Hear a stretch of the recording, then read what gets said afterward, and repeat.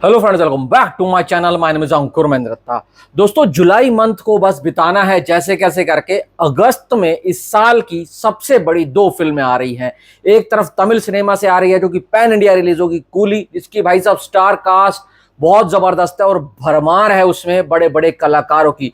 दूसरी तरफ है भाई साहब वॉर 2, जो कि बॉलीवुड की अभी तक की सबसे बड़ी फिल्म बनने का मादा रखती है। उसकी स्टार कास्ट ऐसी है कि भाई unbeatable, Hrithik Roshan versus junior NTR, और मेकर्स भी इसी चीज को बुनाने में लगे हुए हैं।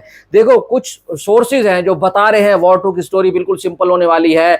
कुछ वेबसाइट्स हैं जो स्टोरी को रिवील कर रहे हैं और बता रहे हैं इस तरीके से स्टोरी होने वाली है। उस मुद्दे के ऊपर आएंगे। पहले मैं आपको एक बात बता दूं, वॉर 2 कितनी बड़ी रिलीज होने वाली है। बताया जा रहा है कि भाई वॉर 2 ना इंडिया के अंदर 7,000 स्क्रीन के ऊपर रिलीज होगी। सिकंदर 5500 स्क्रीन के ऊपर रिलीज हुई थी, उसके बाद 22,500 शोज थे।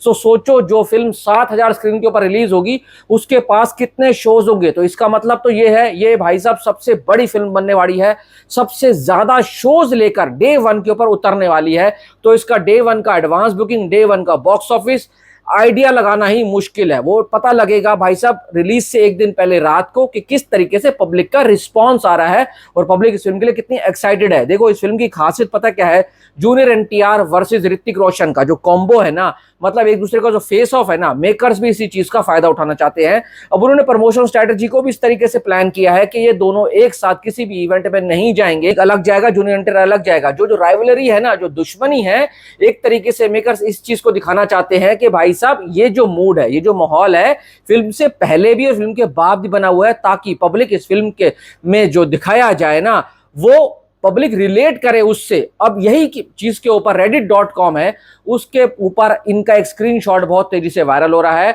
उसमें बताया जा रहा है कि वॉर 2 की जो कहानी होने वाली है इस तरीके से होने वाली है कि कबीर, जो कि एजेंट था इंडिया स्पाई का, मतलब कि रॉ का, वो अब भाई स्पाई एजेंट नहीं रहा है। वो जो है अब देश का दुश्मन बन चुका है, मतलब कि विलेन बन चुका है, और वो देश के खिलाफ कुछ साजिश कर रहा है। अब यहां से जो रॉ है, जो हमारी भारत की खुफिया एजेंसी है, यहां से एक उसी के बराबर का एक ताकतवर एजेंट भेजती है जिसका नाम है विक्रम। वो उसको ढूंढने में लगा रहता है, और जब जब वो दूसरे के सामने आते हैं, कुछ कुछ इवेंट्स में उन दोनों के पास में फेस ऑफ होते हैं।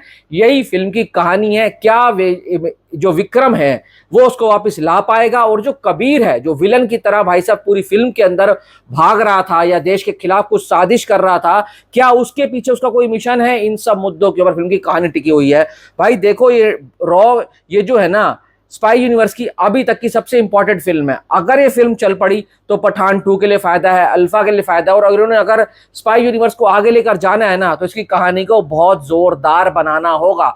अब मुझे नहीं लगता है जो सिनेमा लवर की इतनी सिंपल सी कहानी को भाई साहब इतने बड़े बड़े सेट्स के ऊपर, इतने बड़े स्टूडियो में इतना ज्यादा पैसा खर्च करके आदि चोपड़ा ने बनाया होगा। और श्रीधर राघवन ने और आदि चोपड़ा ने मिलकर ऐसी कहानी लिखी है जो एक आम आदमी गेस कर पा रहा है, तो सोचो फिर क्या ही फायदा होगा। हाँ, एग्जीक्यूशन सॉलिड हुआ तो ये कहानी भी बढ़िया बन सकती है। अच्छे तरीके से इसका ट्रीटमेंट किया जाए, उसका स्क्रीन प्ले में भाई साहब तो ट्विस्ट एंड टर्न्स डाले जाएं और सस्पेंस वाले मूवमेंट डाल दिए जाए, तो ये कहानी बढ़िया बन सकती है। पर मैं कहना चाहूंगा, वो कहानी क्या जो टीजर से पब्लिक गेस कर ले, तो मेरे हिसाब से जो reddit.com के ऊपर चल रहा है वो सब सही नहीं है। क्योंकि कुछ लोगों के मैसेजेस आ रहे थे कि अंकुर भाई वॉर 2 की कहानी बहुत सिंपल है। एक और थ्योरी चल रही है कि भाई जो अपना जूनियर एनटीआर का किरदार है ना, वो वही है जो कि भाई टाइगर श्रॉफ था, उसके अंदर मर गया था, दिखाया हुआ था मर गया था, बट यहां पर उसके जो प्लास्टिक सर्जरी करके उसको लेकर आया गया है, वो रिवेंज लेने वाला है। मतलब ये दो थियरियों बहुत तेजी से इंटरनेट के ऊपर वायरल हो रही है। मुझे नहीं लगता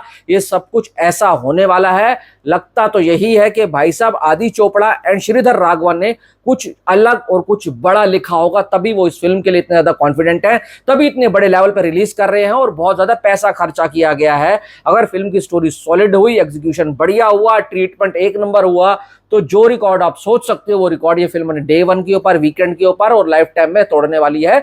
बड़ी बड़ी फिल्मों को चैलेंज भी करने वाली है, क्योंकि दोनों ही सुपरस्टार अपने आप में एक बहुत बड़ा सैलाब लेकर आ सकते हैं बॉक्स ऑफिस के ऊपर। आपकी क्या राय, जरूर बताना।